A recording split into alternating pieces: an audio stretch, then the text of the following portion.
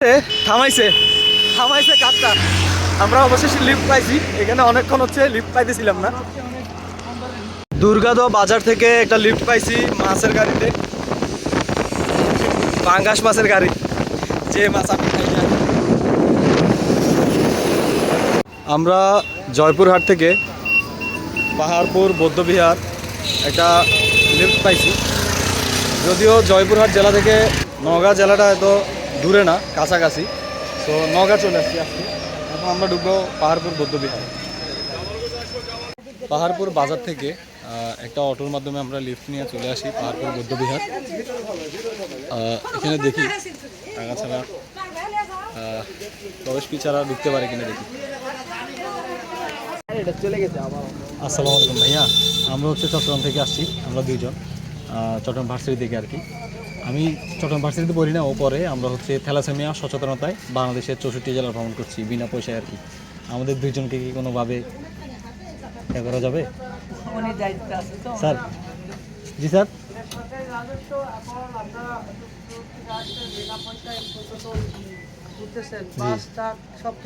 হ্যাঁ হ্যাঁ হ্যাঁ, এভাবে আর কি। আমরা হচ্ছে কুমিল্লাতে একটাই আছে না, কুমিল্লা না, আমরা হচ্ছে গতকালকে হচ্ছে এতে ছিলাম, রংপুরে ছিলাম। রংপুরে তাছাড়া জমি বাড়িতে ছিলাম, তো ঢুকছিলাম। তো ওই হচ্ছে আমরা টাকাই নেই, আমরা এখানে টাকা ছাড়াই ঘুরতেছি।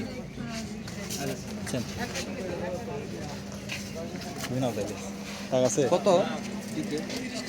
আচ্ছা, আমি ভিতরে গিয়ে কথা বলে দেখি।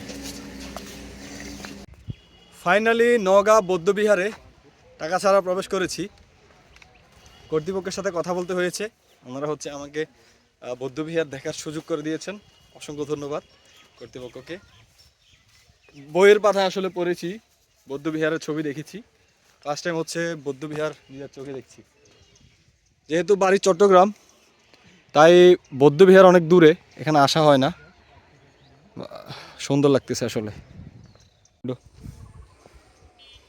দেখুন বানর কিভাবে পাহাড়পুর বৌদ্ধবিহার উঠে, একদম বুড়া বানর। পাহাড়পুরকে পৃথিবীর সবচেয়ে বড় বৌদ্ধবিহার বলা হয়ে থাকে।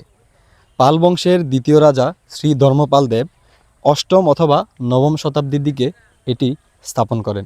1879 সালে স্যার আলেকজান্ডার কানিংহাম এটি আবিষ্কার করেন। 1985 সালে এটিকে ইউনেস্কো বিশ্বের ঐতিহ্যবাহী স্থান হিসাবে স্বীকৃতি দেয়। এটি 300 বছর ধরে বৌদ্ধদের ধর্মশিক্ষা পাঠদানের প্রাণকেন্দ্র ছিল।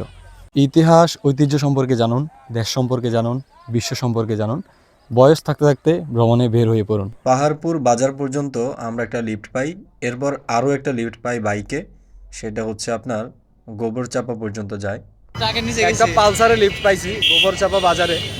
বাজারের নামটা আসলে খুবই ফানি। বড় ভাই, রাজশাহী বিভাগের সবচেয়ে ছোট জেলা হচ্ছে জয়পুরহাট। তো আজকে আমরা জয়পুরহাট থাকি নাই, আমরা এখন যাচ্ছি নওগাঁতে। তো নওগাঁ যেতে যেতে এটা কি বাজার বলে? সুরকালি বাজার। সুরকালি বাজার পর্যন্ত লিফট পাইছি। এখান থেকে দেখি কতক্ষণে যাওয়া হয় নওগাঁয়। আমরা বদলগাছি বাজার থেকে নওগাঁ পর্যন্ত একটা লং লিফট, যেটাকে বলা হয় লং লিফট পাইছি। মাইক্রোফোন না থাকাতে আসলে আমার ভয়েস দিতে সমস্যা হচ্ছে, ভয়েসে হচ্ছে নয়েজ আসছে বেশি। আমরা দেখতে দেখতে চলে আসলাম নওগাঁ। তো নওগাঁ থাকবো সুমনের ফ্রেন্ডের বাসায়। সুমনের ফ্রেন্ড সজীব, যদিও চট্টগ্রাম ভার্সিটিতে, এটা হচ্ছে সুমনের ফ্রেন্ডের বাবা। তো আজকে আমরা ওইখানেই থাকবো আর কি। সজীবদের বাসায় আমাদের জন্য অনেক কিছুর আয়োজন করেন।